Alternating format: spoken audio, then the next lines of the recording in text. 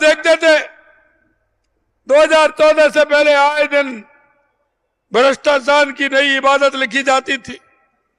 आए दिन भ्रष्टाचार होते थे, बड़े पैमाने पर भ्रष्टाचार होते थे, लाखों करोड़ों रुपए के भ्रष्टाचार होते थे। और उन भ्रष्टाचारों की स्थिति ऐसी हो गई थी कि आए दिन जनता ये कहती थी, जो राष्ट्रवादी लोग थे, देश से प्रेम करते थे, वो सोचने को मजबूर हो गए थे कि आखिरकार इस देश का क्या होने वाला है। ये तो भ्रष्टाचारी देश बन गया है।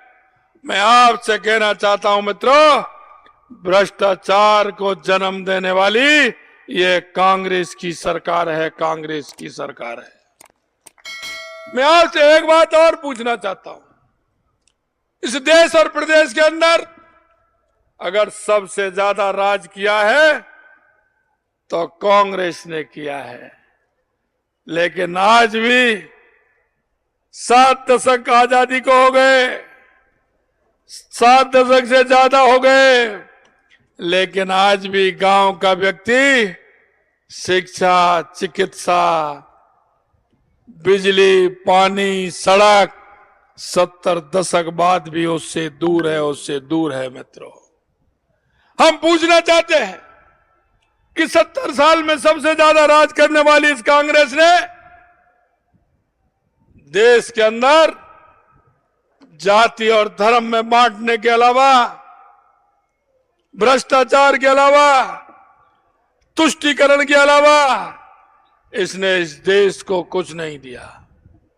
हमेशा इन्होंने गरीबी हटाओ का नारा दिया था और आज भी गरीबी हटाओ का नारा दे रहे हैं, लेकिन मैं आपसे कहना चाहता हूं कि कभी इनका गरीब से वास्ता नहीं रहा, कभी इनका गरीब से वास्ता नहीं रहा। सिर्फ गरीबी का नारा देने का काम कांग्रेस की सरकार ने किया। मैं आपसे कहना चाहता हूं मित्रों, हमेशा कांग्रेस ने कहा कि किसानों की समस्या का समाधान करेंगे, लेकिन आज तक किसी किसान का भला करने का काम इस कांग्रेस की सरकार ने नहीं किया।